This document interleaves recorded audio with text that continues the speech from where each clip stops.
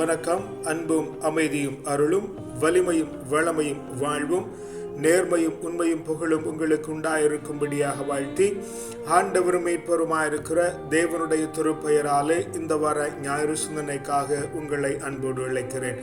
இந்த வார வாசகங்கள் ஊடாக எளியவராகுங்கள் என்று ஆண்டவர் அழைப்பு விடுக்கிறதை பார்க்கிறோம்.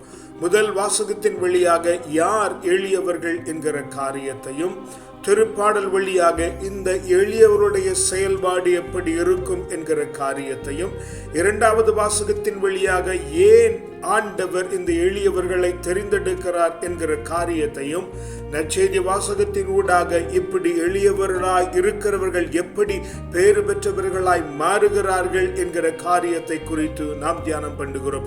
முதல் வாசகம் செப்பனியா இறைவாக்கின நூலிலிருந்து நமக்கு தரப்பட்டிருக்கிறது. வாசகம் மிக தெளிவாய் நமக்கு சொல்லி தருகிறது. ஆண்டவர் ஏழை எளியவரை அவர்கள் மத்தியில் விட்டுவிட்டார்.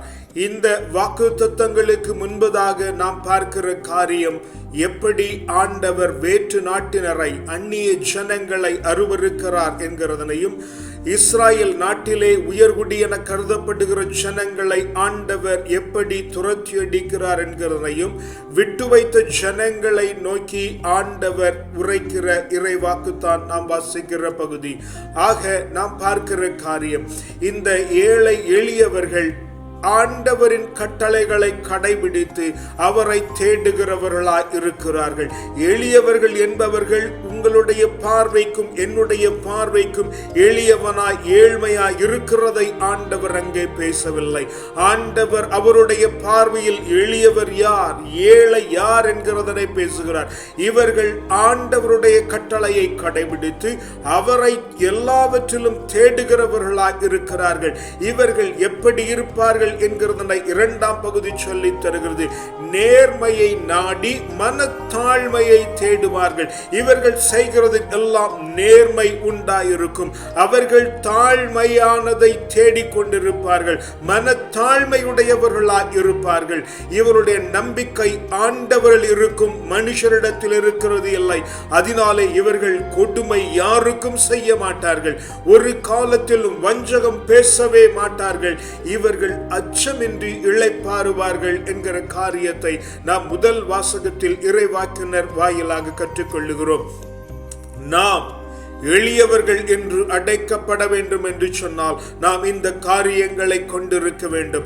ஆண்டவருடைய கட்டளையை கடைபிடித்து அவரை சகலத்திலும் தேடுகிறவர்களாயிருந்து, நேர்மையானதை நாடி மனத்தாழ்மை உடையவர்களாய் இருந்து, ஆண்டவரிலே நம்பிக்கை கொண்டு கொடுமை செய்யாமலும் வஞ்சகம் பேசாமலும் அச்சமின்றி இளைப்பாறுகிறவனாயும், எந்த மனுஷனையும் அவருடைய காரியங்களை குறித்து ஒரு பொருட்டு கொள்ளாமல் ஆண்டவரிடத்திலே நம்பிக்கை வைத்து அவருடைய கட்டளைகளை கடைபிடி எவனுக்கும் அச்சம் வராதபடிக்கு வாழுகிறவனை எளியவனும் ஏழையும் என்கிற முதல் வாசகத்தின் வாக்குறுதிகளை நாம் நன்றாய் தெரிந்து கொள்ள வேண்டும். அதிலே நம்முடைய கவனங்களை பதிக்க வேண்டும். திருப்பாடல் வழியாக நாம் கற்றுக்கொள்ளுகிறது என்ன?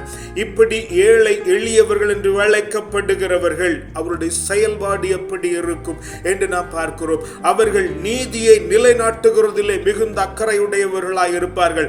பசித்தவருக்கு உணவு தருகிறவர்களாய் இருப்பார்கள். சிறையிட்டிருப்போருக்கு விடுதலை தருகிறவர்களாய் இருப்பார்கள்.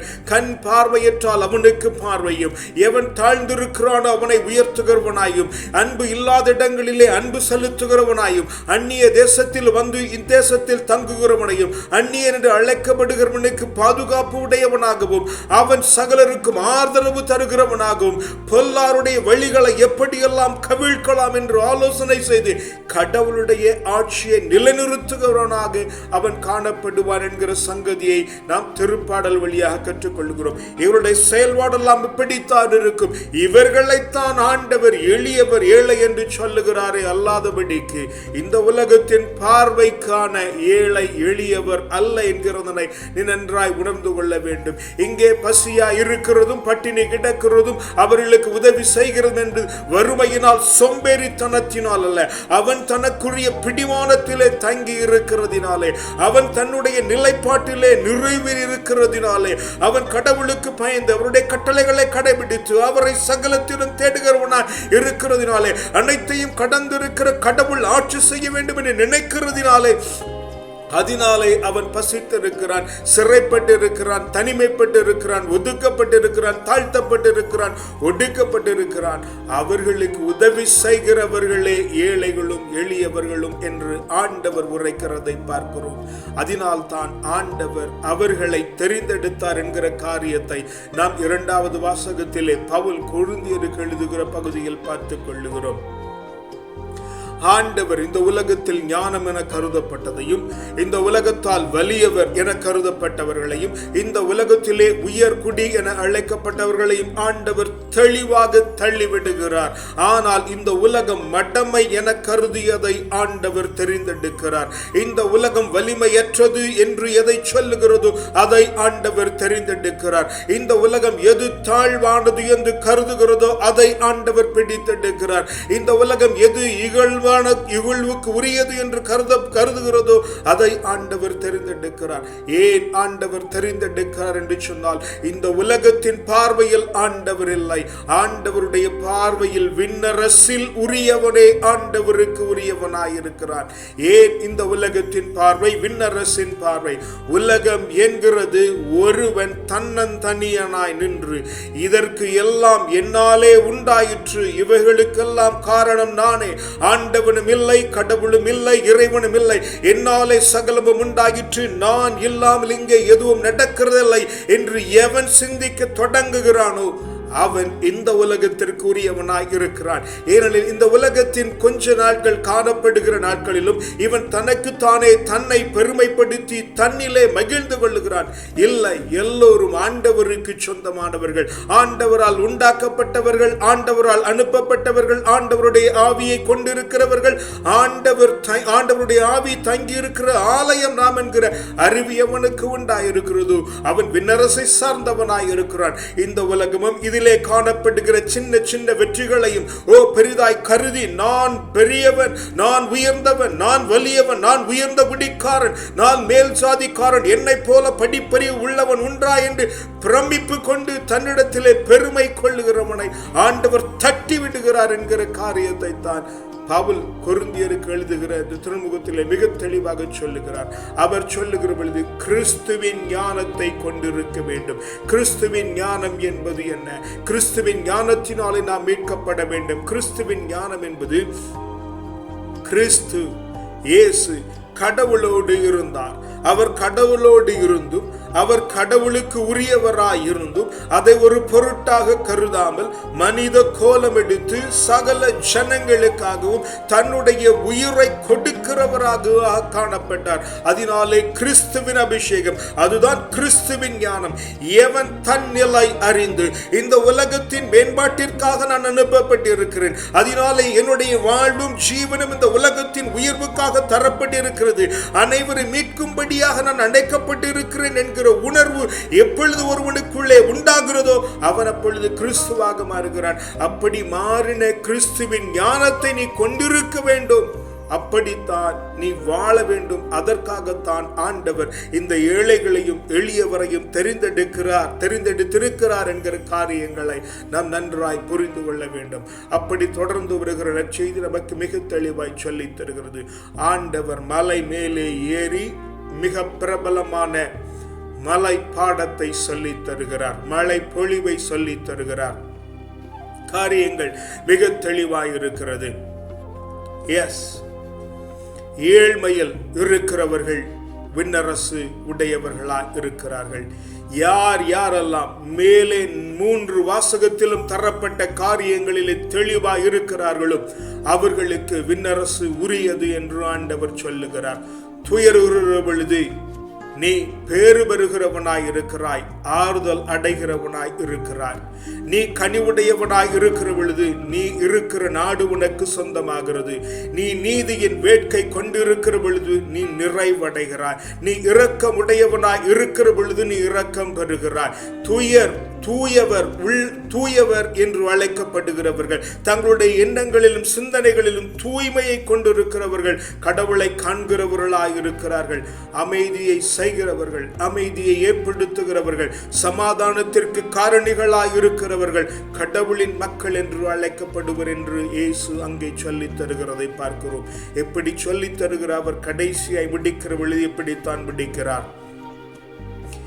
என் பொருட்டு பிறர் உங்களை இழிவாக கருதி கேவலமாக பேசும் பொழுது, என்னுடைய மொழியில் சொல்லுகிறேன், கேவலமாக பேசி தள்ளப்பட்டு ஒதுக்கப்பட்டு யாரும் பேசாதபடிக்கு நீ தள்ளப்படுவாய் என்று சொன்னான், சமுதாயத்தாலே ஒடுக்கப்படுவாய் என்று சொன்னான், நீ பேறு பெற்றவன்கிறதனை நன்றாய் தெரிந்து கொள். ஆண்டவருடைய பார்வையில் நீ எளியவனும் ஏழ்மையுடையவனுமாய் இருக்கிறாய். நீ அவருக்கு பிரியமானதை செய்து அவருடைய கட்டளைகளை கடைபிடித்து அவருக்கு எது பிரியம் என்று அதை தேடி நீதியின் மீது வேட்கை கொண்டு நடக்கிறவனாய் இருக்கிறாய். அதனாலே நீ ஆண்டவருடைய பார்வையில் பேறு பெற்றவன். இந்த உலகத்தின் பார்வையில் பேறு பெற்றவன் என்பவன் மாட மாளிகையிலும் கூட கோபுரத்திலும் குடியிருப்பவன், ஒய்யாரமாய் நடந்து ஓய்வான வாழ்க்கை நடத்துகிறவன் இவன் அல்ல பேறு பெற்றவன். அதனால் தான் ஆண்டவர் சொல்லுகிறார், இந்த உலகத்தின் பார்வையில் உயர்குடி என கருதப்பட்டதையும், இந்த உலகத்தின் பார்வையில் வலியவர் என கருதப்பட்டவனையும், இந்த உலகத்தின் பார்வையில் ஞானம் என கருதப்பட்டையும் ஆண்டவர் தள்ளிவிட்டார். அதை வேண்டுமென்றே ஆண்டவர் தள்ளி விடுகிறார். ஏனெனில் இந்த உலகத்தின் காரியங்கள் எல்லாம் சுயத்தை முன்னிறுத்துகிறது. சுயம் என்கிறது ஆண்டவர் இல்லாமல் நானே சகலத்தையும் செய்தேன் என்று நிற்கிறவனை சுயத்தில் இருக்கிறான். சுயத்தில் நிற்கிறவன் உலகத்தில் இருக்கிறான். உலகத்தில் இருக்கிறவன் விண்ணரசில் சேர முடியாது. விண்ணரசின் ஆட்சிக்கு அவன் உரியவன் இல்லை. அவனுடைய பிறப்பு மிகவும் கீழ்த்தரமானது என்று ஆண்டவர் இந்த நாளிலே தெளிவாய் உரைக்கிறதை நாம் நன்றாய் உணர்ந்து கொள்ள வேண்டும். யார் தன்னை பெரியவனாக கருதுகிறானோ, இவனை காட்டிலும் இவளை காட்டிலும் நான் பெரியவன் என்று நினைக்கிறாயா? நீ ஆண்டவருடைய விண்ணரசில் இல்லை. நீ இவனை காட்டிலும் வெளியவன் என்று நினைக்கிறாயா? அவரை காட்டிலும் புத்தியில் வெளியவன், சரீரத்தில் வெளியவன், பணத்தில் வெளியவன், செல்வத்தில் வெளியவன் என்று நினைக்கிறாயா? ஆண்டவருடைய பார்வையில் நீ மிகவும் கீழானவன். ஆண்டவர் வேண்டுமென்றே உன்னை தள்ளிவிட்டார். அது உனக்கு தெரியாதபடிக்கு உன்னுடைய புத்தியும் உன்னுடைய பெருமையும் உன்னுடைய உயர்குடி பிறப்பும் உன்னை அழித்திருக்கிறது என்கிறதை நீ நன்றாய் தெரிந்து கொள்ள வேண்டும். ஆண்டவருடைய கட்டளைகளை கடைபிடிக்க வேண்டும். அவருக்கு பிரியமானதை செய்ய வேண்டும். அவைகளை செய்கிற பொழுது மிக மனத்தாழ்வையோடு காணப்பட வேண்டும். ஆண்டவரில் மாத்திர நம்பிக்கை கொண்டு யாரை குறித்தும் எக்காலத்திலும் குறைவாய் பேசாதபடிக்கு நம்மால் முடிந்த மட்டும் அடுத்தவருக்கு உதவி செய்து ஆண்டவருக்கு பிரியமானதை செய்ய வேண்டும். சிறையிருப்போருக்கு விடுதலையும் இந்த உலகத்திலே காணப்படுகிற எல்லா நல்ல காரியங்களையும் எவன் செய்ய தொடங்குகிறானோ, எவன் செய்ய தொடங்குகிறானோ அவன் எளியவனாயிருக்கிறான். அவன் ஆண்டவரில் பேறு பெற்றவனாயிருக்கிறான். அவனைத்தான் ஆண்டவர் இந்த நாளிலே அழைக்கிறார் என்கிற காரியங்களை நாம் வாசகத்தின் ஊடாக கற்றுக்கொள்கிறோம். மீண்டும் ஒரு தடவை சொல்லித்தர விரும்புகிறேன். எளியவர் என்பவர் ஆண்டவரை நம்பி தங்களுடைய காரியங்களை செயல்படுத்துகிறார்கள். மற்றவர்களை குறித்து அவர்கள் எக்காலத்திலும் கவலை கொள்ளார்கள். அவருடைய செயல்பாடுகள் எல்லாம் விடுதலைக்குரியதும் மகிழ்ச்சி படுத்துகிறதும் ஆதரவு தருகிறதும் உதவி செய்கிறதுமாயிருக்கும். இந்த உலகத்திலே எதெல்லாம் உயர்ந்தது என்று கருதப்படுகிறதோ அந்த கூட்டத்தை அவர்கள் சாராமல் அவர்கள் தன்னந்தனியனாய் இந்த உலகத்திலே மடமை என கருதப்படுகிறது அவர்கள் செய்து கொண்டிருப்பார்கள். இப்படி செய்கிற பொழுதெல்லாம் ஆண்டவருடைய பார்வையில் அவர்கள் பேறு பெற்றவர்களாய் மாறிக்கொண்டிருக்கிறார்கள். பேறு பெற்றவர்களாய் மாற வேண்டும். எளியோராகிறதற்கான காரணம் நாம் பேறு பெற்றோனாய் மாற வேண்டும். யாருடைய பார்வையில் பேறு பெற்றோனாய் மாற வேண்டும் என்று சொன்னால் ஆண்டவருடைய பார்வையில் பேறு பெற்றோனாய் மாற வேண்டும். எளியோராகுங்கள் என்று சொல்வதற்கான காரணமே நீ ஆண்டவருடைய பார்வையில் பேறு பெற்றவனாய் மாற வேண்டும் என்பதற்காகத்தான் என்கிறதனை நன்றாய் உணர்ந்து கொள்ளும்படியாய் இந்த நாளின் வாசகங்கள் மிக தெளிவாய் நமக்கு உரைத்து தருகிறது. ஜெபிக்கலாமா? அப்பா பிதாவே, நல்ல நாளுக்கும் நல்ல வாசகத்திற்கும் மேன்மையுள்ள தியானத்திற்குமாய் உமக்கு நன்றி சொல்லுகிறோம் ஆண்டவரே.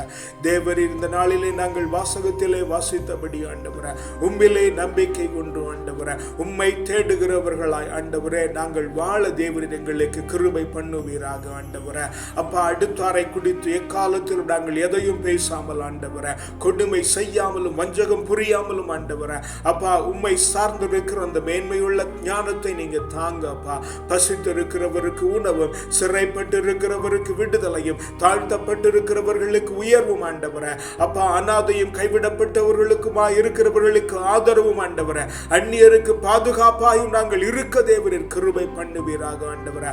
பொல்லாரின் ஆட்சிகளை கவிழ்க்க எக்காரியத்தையும் செய்கிறவர்களாய் தேவரின் எங்களை மாற்றுவீராக. அதன் நிமித்தம் நாங்கள் கடவுளின் ஆட்சி இந்த உலகத்தில் நிலை நிற்க தேவரின் எங்களை நல்ல கருவிகளாய் பயன்படுத்துகிறதுனால நன்றி சொல்லுகிறோம் ஆண்டவரே.